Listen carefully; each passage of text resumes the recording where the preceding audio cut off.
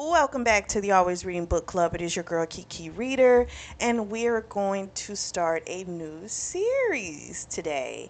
And so, our new series is called the Dark and Deadly series, and it's by Heather C. Myers. And book one is called A Beauty, Dark and Deadly. We start off with Emily Adler, and she's going to Tahoe to start a new job as like a housekeeper slash maid. But the thing about this job is that she's going to be working for a guy who is a writer, but he is also someone who a couple of years ago was accused of taking out his wife and her lover. So he's a really great writer, really successful, and apparently, I guess he wasn't paying that much attention to the wife. And a newspaper is actually the one that uncovered the affair and found out that she'd been having this affair with someone for like the past 7 months. And so apparently both of their bodies was found in the Motel 6. He of course was accused of it and he got off on those charges. And again, it was about 2 years ago.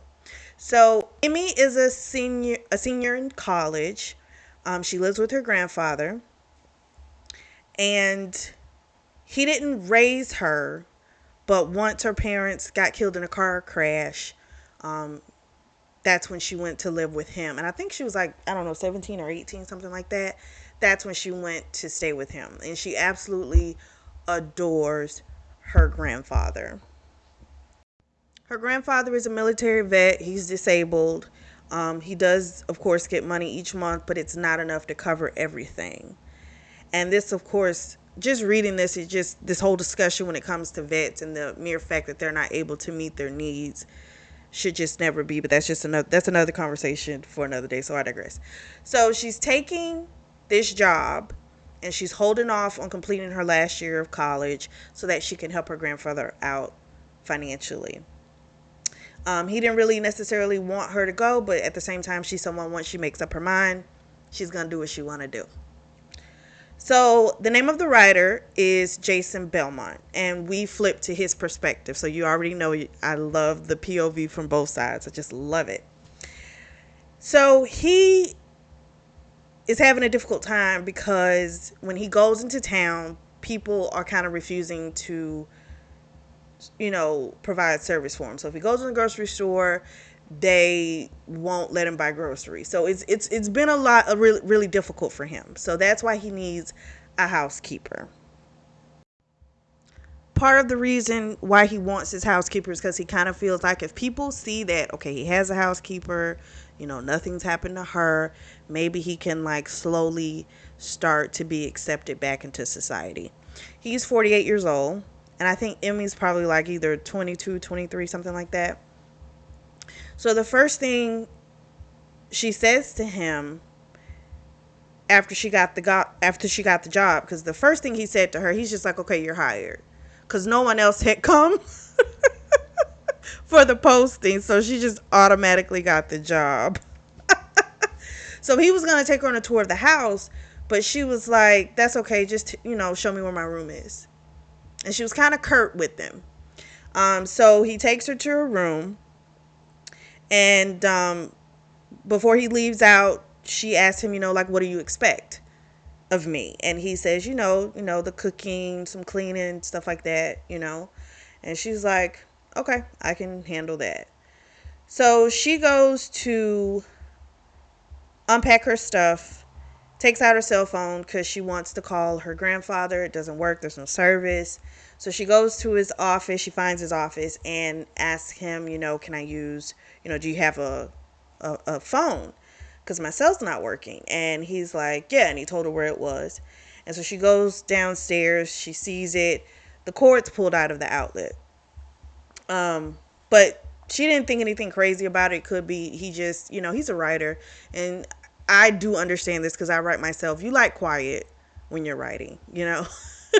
So he probably doesn't want to hear the phone ringing, or he might have been getting harassing phone calls as well. You know what I'm saying? So it makes sense of why he would unplug it. I get it. So she just plugs it in, calls her grandfather, and she calls him Papa. And she's just like, I just wanted you to know I made it. I'm okay. And he just lets her know day or night, If you need me, you call. And so it's getting dark. So she decides, okay, let me go ahead and let me start getting dinner ready. The only thing in the refrigerator are eggs. So that's what she makes. She has a hard time sleeping that night. Two reasons: the bed wasn't the most comfortable list, and fear that he might come in there and take her out.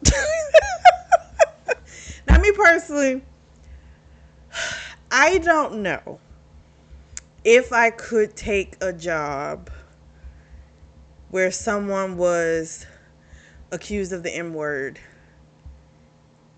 They were acquitted, but apparently he might have gotten off on like a technicality. I don't know. I don't know if I could do it because of this very reason. Like, what motivates him to do it? Like, what if you piss him off? You know what I mean? Like, I get why she's freaking out, but at the same time, it's kind of like, are these not things you did not think about prior to this? You know? So the next morning, she goes and she gets the groceries and stuff, and because he has nothing in his refrigerator, and he had left some money on the counter for her to go. So she has to walk up to Ketchy, and she gets into town. Different people are looking at her, and then she hears a voice of someone saying, "Is that you?" Well, come to find out, it's Linda Carson. Linda Carson was someone she went to college with, and that she thought was her friend, but found out, of course, she wasn't. So Linda comes for money, and she befriended Emmy, and she thought they were really cool. They talked about boys' clothes, things like that. And then she told Linda about her crush on, or she said crush, but I wonder if it was a little more than that. But anyway, she told Linda about this guy she liked, and then Linda proceeded to go and date the guy. So, yeah, you already know she's no good. Well, anyway, the Linda comes up to her and tries to give her this fake hug, and Emmy's just like, "Why are you here?" And she's like, "Oh, I just came up here with Daddy. He had some business he needed to finish up, and so I came to help him out." Then she starts talking about how much of a dump this place is, and they don't have any malls and all this type of stuff. And then she starts talking to her about the fact, and I heard you're working for that psycho Jason Belmont. And she's like, "Yeah, I am." And she goes, "Oh, you couldn't pay me any amount of money to work for him." And Emmy was like, "Well, everybody can't be rich. Some of us have to work hard." And she just kept on. Like, I just didn't understand the purpose of this. Like, if you know you don't fuck with me, then what is the purpose of you coming up to me just to say this type of stuff? That's the part that just does not, I don't get that. So that's how she's just an awful human. She really is. Because it was like she was trying to make the girl feel bad that she's working. Like, clearly, if she's working for somebody like this, she probably needs the money, right? And you're going to try and make her feel bad about her choice? For what? That just, it's not like it's concern. It's just you want to try and make her feel bad. Despicable. So then she goes up to the register. The cashier tries to tell her stuff as well, telling her, be careful and all this type of crap. So she goes back, takes the trolley, gets back to the house, and she sees Jason waiting close, down the road from her. And she gets to him, and he's like, "I'm sorry, I forgot to tell you I do have a car." And she's like, "Well, where's the car?" Because he didn't bring it to where he was. Like, oh my gosh. So he just carried the bags back to the house. She had bought pancakes and stuff and different things that she hoped he liked because she hadn't asked him what he wanted. So, but thankfully he liked the stuff that she got. And so he, of course, was like, "Oh my gosh, I haven't had pancakes in such a long time. My mom used to make them for, me, for us," is what he says. And she's like, "Us?" And he says, "Yeah, I got 3 younger sisters." And she's like, "Oh, okay." So then she makes them and they enjoy the pancakes. After they have their pancakes, he lets her know he wants her to keep up the garden that's on the side of the house. And so they go outside and he walks off and it freaks her out a little bit because she's thinking like, "Oh my God, What if he's going to take me out and, no one can hear me scream? And so when he comes back, he has like the gardening tools that they need. And this is what makes this a really good read. So even though I'm telling you what happens, it's still a very good book to read because I can't read every word from the book. Um, it's good to hear her via reading when she's panicking. Like her little spazzes are funny to read. So definitely I would always recommend to read this book. Really good writing. So he comes back, he's telling her, or shall I say, showing her how to do things. And they have a little light conversation. We do get a little bit about him, which is he was living in Seattle with his wife. She didn't necessarily like Tahoe, but she found that she did like gardening. And so he kept it up ever since she's been gone. They head back inside and he tells her, he's going to cook dinner that night. And she's like, okay. So she decides she's going to go roam the house. And of course, she goes to his bedroom and the door is lightly ajar. Is not light. I said that so wrong. So the door is ajar. And so she goes in and she sees a photograph of him with his wife, their wedding photo. And he has this beautiful smile on his face. And of course, her thoughts are like, gosh, if he ever looked at her like that, like she just couldn't understand how anyone, you know, who would fall in love with him would ever cheat on him. You know what I mean? Like, oh my gosh. Then she starts having these self-conscious thoughts about seeing the wife and how beautiful she was and all this type of stuff. And then she hears Emmy and she almost drops the photograph. But the only thing Jason says to her is, dinner's ready, and he walks out. Next day, she goes out and she's going to work in the garden, but then she realizes she doesn't fully remember everything he was telling her. So she's probably not going to pick the right stuff. Then again, I'm kind of like, girl, if you just picked the day before, would there be something ready that fast the next day? I don't know. So then she hears a rustling in the woods and she goes over there and sees a stray dog. And it immediately makes her think of her dog that she has with her grandfather. And so that kind of puts tears in her eyes because she misses that dog. This dog is malnourished. So she goes inside, grabs some turkey meat, and threw some of it at him. And he ate it, but then he ran off. So then we switch to Jason's POV. And he's now had like this birth of inspiration and he's starting to write. He writes thrillers, mysteries. So he's going at it. And it's about 1 o'clock and he goes kind of throughout the house looking for her because he's thinking like, okay, well, maybe she'll have lunch ready. But she's nowhere in the house and he doesn't see her anywhere. And then he starts to freak out a little bit because he thinks, oh my gosh, she probably left me. We go back to Emmy's point of view. She is now deeper in the woods and has climbed up a tree trying to find this dog. So she's had the turkey meat in her mouth. Gotta think, it's been a minute, so now it probably, that's probably, and I like turkey, but I'm quite sure it was disgusting, especially since she's not a big fan of it anyway. So then she yells out and she hears someone. It's a woman. And the woman seems like she's about in her 50s. And the lady says to her, you took that job with Belmont, didn't you? And she's like, yes. And she's like, well, come on, I'll show you how to, get you out of here. But I can, at least you can come to my place and have some tea. And the woman was nice to her, of course, and was like, told her, I'm glad, he has someone to help him out. So the woman's name is Mrs. Fransky, and she's probably the only person that's been nice to Belmont this whole time. She's not really sure if he committed the crime or not, but she kind of understands of how that could happen with, how something happened if you were, really consumed and in love with someone. Now, of course, Emmy is like, to her, there's no excuse for somebody to take someone out. Like, there's no excuse for that. But then again, she's never been in love either. And I'm not saying that, that gives people a valid reason. I'm not saying that. But I think what the woman was just trying to get her to see was there's an intensity with an emotion that sometimes can make people snap. And if you've never been close to that feeling, then of course it seems like foreign to you. Like, no, no matter what, you shouldn't do that. So she was just trying to get her to see. But she's older, she's living. And Emmy's just kind of starting out.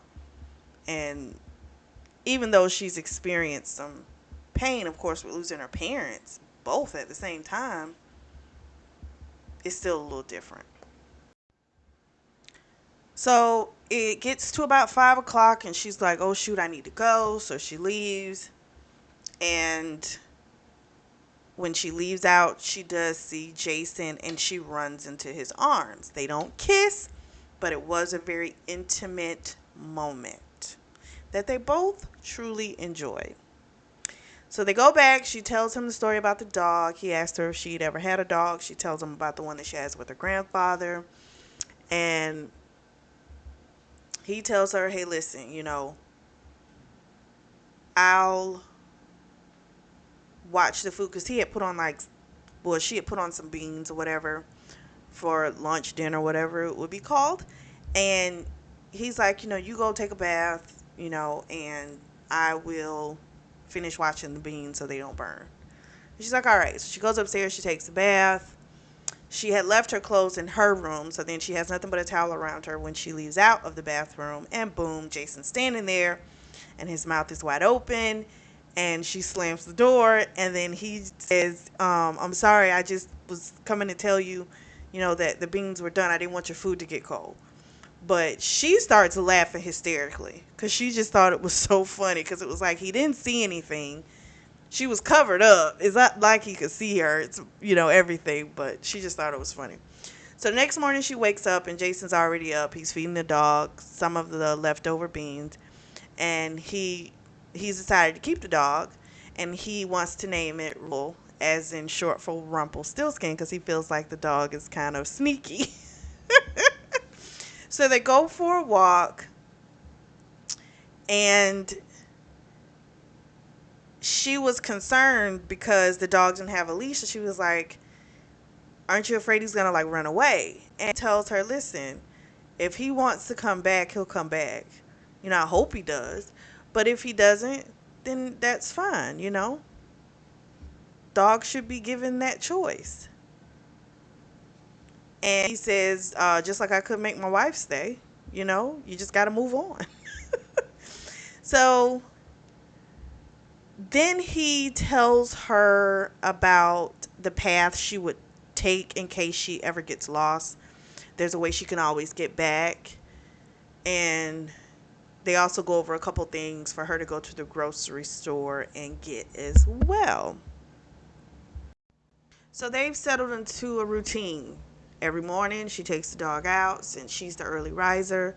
Later on they take a walk with the dog together. They haven't gone back into the woods, but they've taken long walks together. They have lunch, then they have dinner. So it's just a routine that they've got going on. He stays up late at night writing. She goes to sleep, of course, before he does. Next day, we do it all over again. So this one night, she hears something kind of like a scream and a crying, and it's coming from Jason's bedroom. She, of course, is kind of scared. Doesn't really want to go in there. But then the dog, Rumple, comes out and kind of tries to lead her in there, so she goes in. And so when she's over him and she goes to wipe his hair from his head, he grabs her arm and his eye shoots open. And this, of course, scares her, but she doesn't say anything. And she just says, I heard loud noises. And he goes, well, that's what happens when the past tries to catch up to you. So that to me is very, I don't know. I feel like it's telling. Like, did he do it? They get up and go downstairs, and she tells him, one of the tricks she used to have from her grandfather is when she would have a bad dream, her grandfather would make her hot cocoa. And he goes, you know what? I haven't had it in a long time. So they go downstairs and they make some. So then they're drinking their cocoa, and she asks him what the dream was, but he wouldn't tell her. He just says, I'm okay now. And then eventually she winds up falling asleep. And it was like she was kind of scared at first to go to sleep, but eventually, like, sleep just took over her.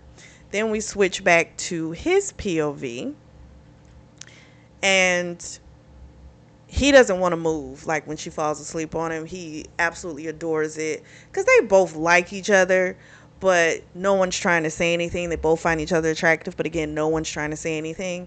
And he loves these intimate moments, so he just lets her lay there, and then he eventually falls asleep. And then they wake up. Well, she wakes up first, and she's in his arms, and she didn't want to move because she was scared to wake him up. But I think it was also she, just like him, enjoys those moments and wasn't ready for it to end.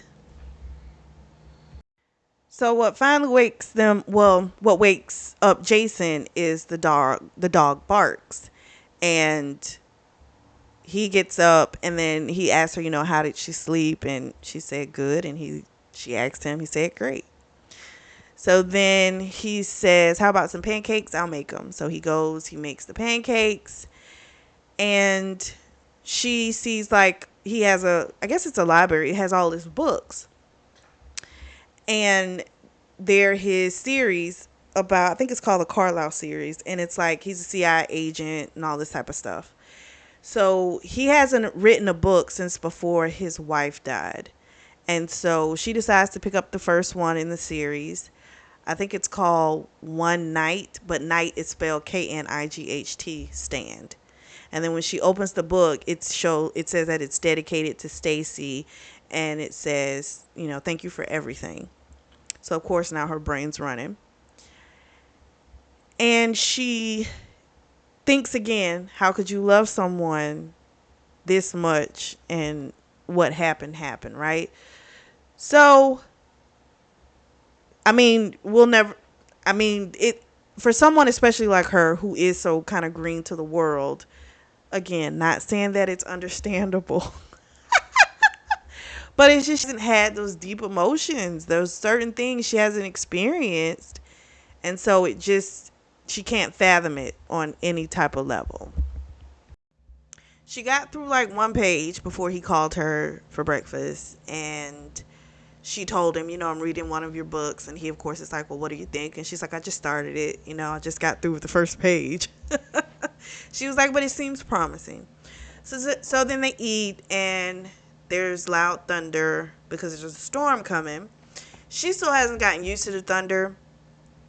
And he's like, wait a minute, I thought you lived in San Francisco. And she said, yeah, but I've only lived there like a couple of years with my grandfather, so I'm still not used to it. I think she's from like Southern California.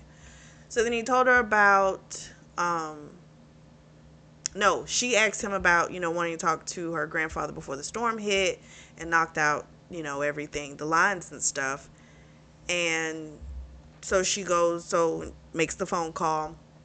He, of course, is eavesdropping, because he wants to hear pretty much what she's going to say about him. And all she can make out is, he's really nice. He's not what I expected. I'm doing okay, that type of thing. And so he was all right. He's like, that made him happy. He thought, at least, it's a start. She's starting to trust me. I can build on that. So the storm hits, lasts about 3 days, 3 nights. And then the storm finally lets up. And so she needs to go to the store. And he comes downstairs, and Jason has on clothes, and he's like, I'll take you into town. And she's like, you are? He's like, yeah. So he's not going to get out of the car, but he's going to at least drive her there. And his excuse was, well, after the storm, the way the trolley runs and how they drive, it's not that safe, because it'll be wet. So that's why he's going to drive her. But we know that's not really all it's about. On the way to the store, of course, it's been over 3 days, so she's read a couple of the books now. And so she's asking him questions, but he can't tell her because he's like, if I tell you, then it's going to ruin the ending. Besides, if I don't know where I want the ending to go, like you just pretty much got to wait. which makes sense. So then she gets to the store, and who does she see? She was about to make it out, not talking to anybody. Yes, she got some looks, but no one said anything to her but fucking Linda Carson. She sees her. And so she approaches her, and she's looking at her trying to see if something's wrong with her. And Emmy's like, "What are you doing?" She's like, "Oh, I'm just trying to see if, anything's wrong with you. If you've been like stabbed or maimed or something." I was like, "Oh my gosh, this heifer is crazy."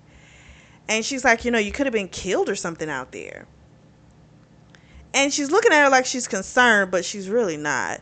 Because then she snaps into this whole evilness that she truly is. And, says to her, "I'm just trying to be concerned about you. And she's like, even though he was found not guilty, there was a lot of evidence against him. Like, she's just going in. And Emmy's like, "You're passing judgment on someone you don't even know." And she's like, "I know your grandfather doesn't have cable, but I'm sure you could see local news, and I'm sure you saw all that evidence." I mean, she's just going on and on and on. And again, it doesn't appear to be, "I'm concerned about you." It's that fake concern masked with this, like this animosity she has towards her. It's crazy. Then Linda looks at Emmy and goes, "Oh, I get it now. I see why you're defending him." She goes, "You're sleeping with him.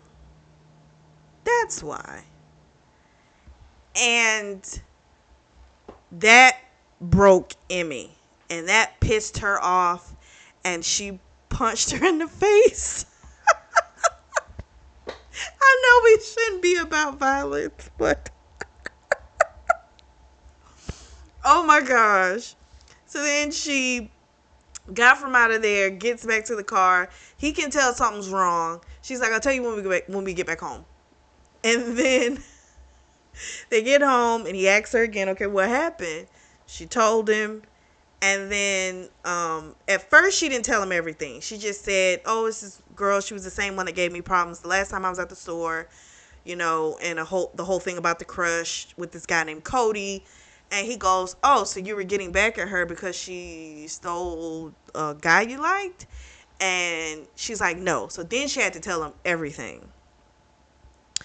And it hurt him at first because he felt like, oh, like she would be embarrassed to, sleep with me or something like that. But she told him, he didn't say this out loud, it was just in his thoughts. But she said to him, like, "I don't sleep around, I only have sex when I'm in a relationship, and that's it."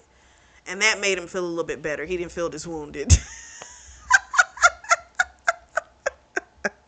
But he does tell her, you know, the Cody guy was stupid. You know, you were the one that anyone should always choose. It should always be you. If he didn't choose you, he messed up his own life. And that melted her heart, of course, and she gave him a kiss on the cheek. She takes the dog out one day. It's raining, but she still takes the dog out for a walk. And when she's on her way back, she sees Jason in the rain, and she just got this overwhelming feeling, and she wanted him. And so she ran up to him and she started kissing him. And of course, he kissed her back. And they just kept kissing as they went inside. And he took off his shirt, and she touched his back, and she could feel these deep scars. But she didn't like stop and ask like, "Well, what is that?" She didn't say anything. They just kept kissing. And so he moves her hands, and he's like, "We need to take this upstairs." So they go upstairs. They have this hard fuck session. Both come gloriously. And the one thing that happened when they first started kissing outside is she had the thought of maybe they deserved it, meaning the wife and the lover. And then she stopped the kiss because she was like, "Oh my gosh, it's such an awful thought," right? And it's like, again, she's like, there's no excuse for someone to do something like that. It's a really good scene to read. Again, this is why I say this is a really good book um, to read yourself as well, because these different scenes, to describe them, they're pretty freaking awesome. They basically had like a fuck fest. They couldn't keep their hands off of each other. She craved him, he craved her. He even said something like in his head, he was saying how he had never um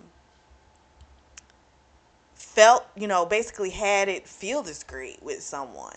Like we also find out with his thoughts that his wife Stacy, um, they pretty much always had issues. And he's an introvert, and she kept trying to change him.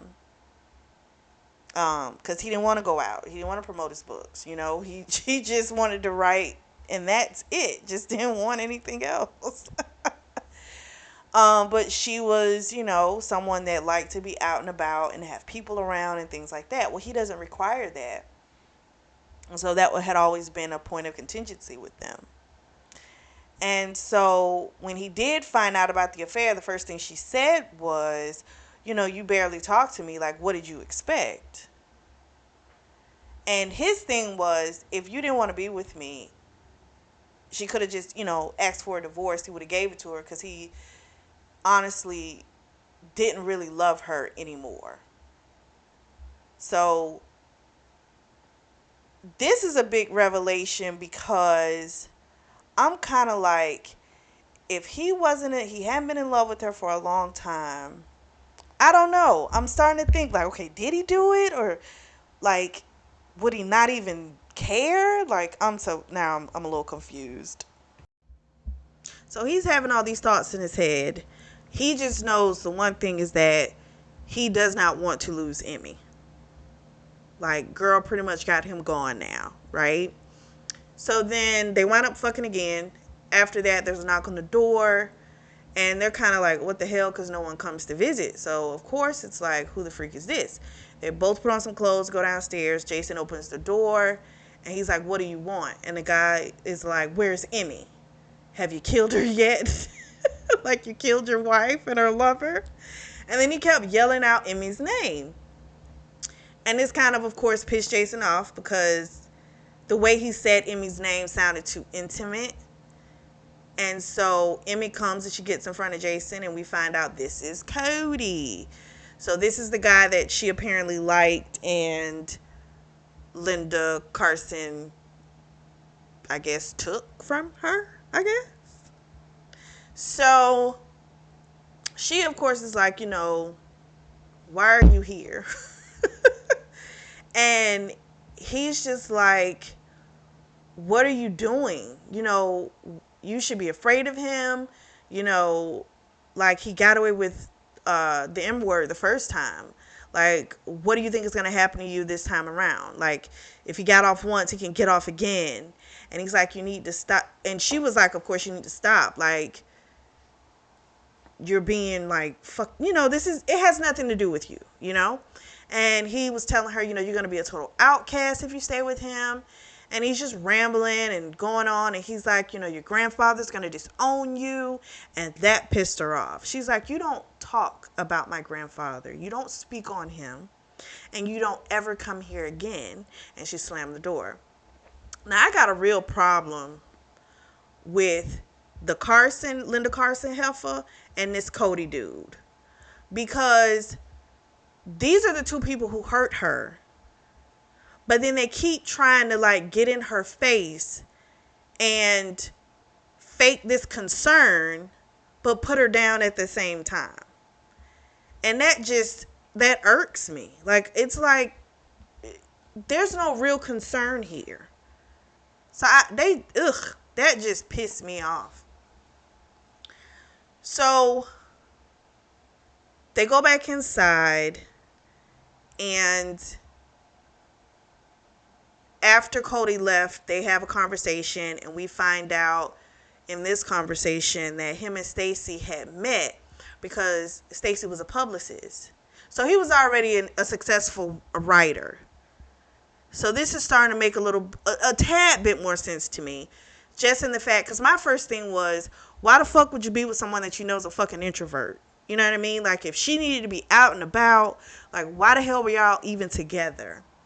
But what happens is, he met her, she pursued him, he went out for coffee with her, he fell for her, and then they wind up getting married.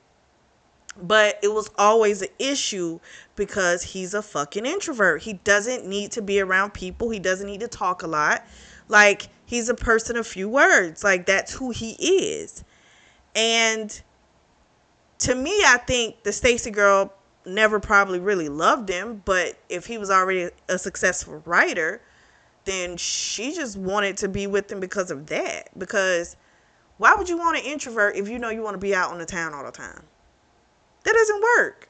You know what I mean? It could maybe for somebody who genuinely didn't, was okay with that. And he wasn't mad about her being out on the town. He really didn't care because he got to be to himself. But it bothered her because she wanted her partner with her. Which is why, again, why would you fucking get with an introvert? So then Jason starts saying to her, like, yeah, if you stay with me, like, people are going to talk about you and it's going to be hard and all this type of stuff. And Emmy gets pissed because she's like, listen, this is what we're not going to do. Cody's not going to tell me how I'm supposed to run my life, and neither are you. She's like, I don't know what this is. We just started this. This has not been defined yet. I want to figure that out. But I'll make that decision. I don't need you making a decision for me. And he was like, pretty much, yeah, you're right, And she didn't care about her reputation because, hell, people was already looking at her sideways. So it was like, shit, it don't really fucking matter. So then they wind up having this oral fuck session. So she's never let anyone eat her pussy. But she let him do it, and it was beyond magical for her. And then, of course, she returned the favor, and it was the best experience he'd ever had. So it was just an extreme, beautiful experience for both of them, and then they both fell asleep. They awaken to her phone ringing. It's the hospital. They're calling about her grandfather. He's been admitted. She drops the damn phone, so she couldn't hear anything. So Jason had to finish listening to the phone call. So her grandfather's passing a kidney stone, and because of his age, they're kind of afraid that it could mess something up on the way out. So they're gonna have to do surgery, so it doesn't mess anything up.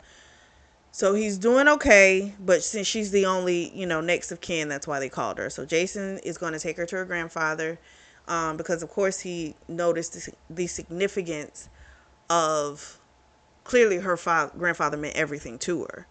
Like, he's first and then everybody else can just come afterwards. So he is going to take her to the hospital where her grandfather is. She, of course, at first was like, you don't have to, you're just going to have to, wait and stuff like that. He's like, I don't care. I'll wait for you in the waiting room or wait for you in the car. It doesn't matter. So he takes her. The doctor comes out, and the doctor notices Jason, and her face changes. And Emmy sees it, and it pisses her off. And she's gone off on the doctor, and the doctor wasn't going to let her back to see him because it was after 8 o'clock. And she was like, oh, it's past visiting hours. But then she decided, once she was like, he's not going to come back, just me. Then he let her do it. And I was like, damn. So for the next couple of weeks, they go see her grandfather every day for lunch. She goes in to visit the grandfather. He stays outside in the waiting area, and he works on his book. And then one day the grandfather was like, he noticed she was, happier. And he wanted to meet this person that was making her happy. So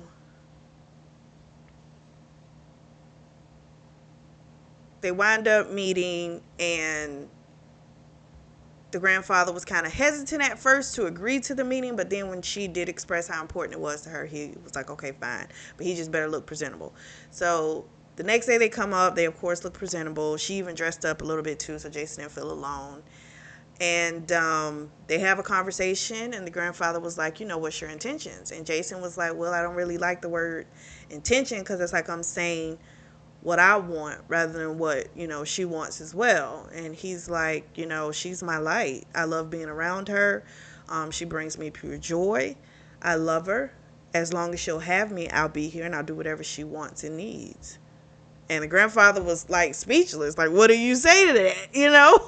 He didn't expect that answer because I don't think he expected this man to admit he felt so deeply for her that fast.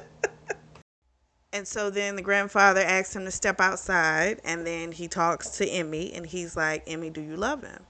She starts stumbling over her words, and he says, be honest with me. And he knew it. He just wanted her to admit it. So she says, I do love him. And just basically, he let her know, I may have my reservations about his past, but I trust you. I trust your judgment. And if you care about him, then I'll give him a shot. And so she was, of course, happy about this. And then her grandfather was like, now go get him before, so he can stop being subject to public scrutiny. Because when he's out, people stare at him and whisper and all that type of stuff. We fast forward about 6 months, a little over 6 months. They've been in a relationship. Her grandfather's doing well. He's their only visitor that comes to the house. So they're going to this ball that he wasn't going to go to, but then he changed his mind. It has something to do with his writing.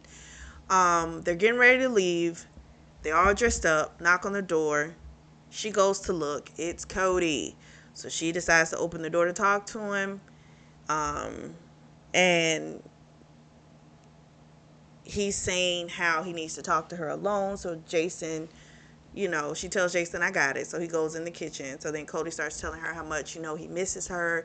He knows that he made a mistake by by being with Linda, but she was good on paper. But I know I made a mistake and you're the one I want to be with. And he even tells her, like, come be my maid. I'll take care of you. I'll, take care of everything for your grandfather, everything he needs. Like, you'll never have to worry about money, all this type of shit. And then she tells him, I'm in love with Jason. That's who I'm with, and that's not going to change. Basically, she tells him, I don't care what happens to you and Linda. She even says, I don't care if you die. Like, literally, I care nothing about the two of you. And you need to leave me alone and never come back. And so he goes to leave, but then he looks furious. And he turns around and he lunges at her, knocks her back, and proceeds to try and RAPED her. And she's fighting him. She's trying to scream, but he's covering her mouth. It's coming out muffled. But eventually Jason heard something and he came out. And so then we switch to his POV. Jason tosses him off of her. They start fighting.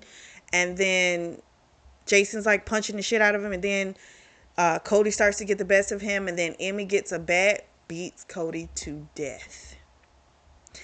But girl wanted to, like, this is what was crazy.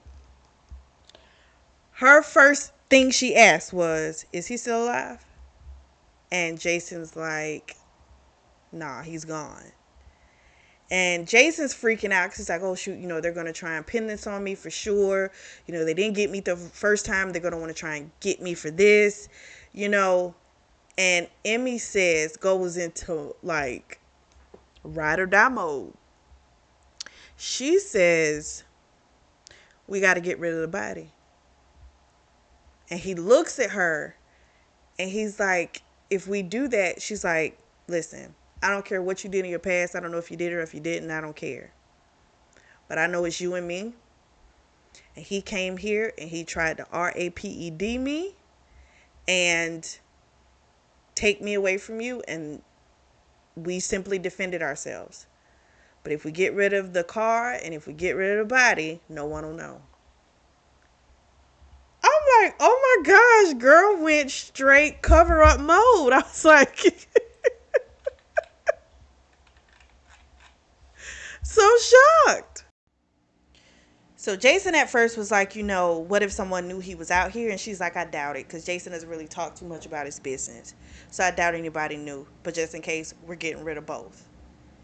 So He told her, "You go inside, you get cleaned up. I'll take care of it. It won't be my first time." And that's how book one ends.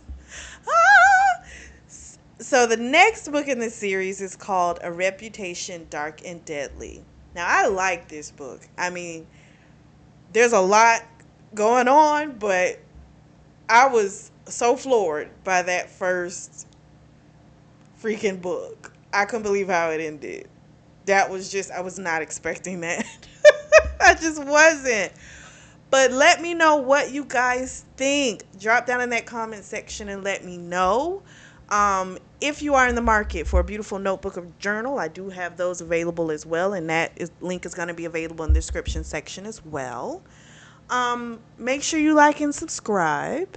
And as always, I truly do thank you all for your support, and thank you for tuning in to the Always Reading Book Club.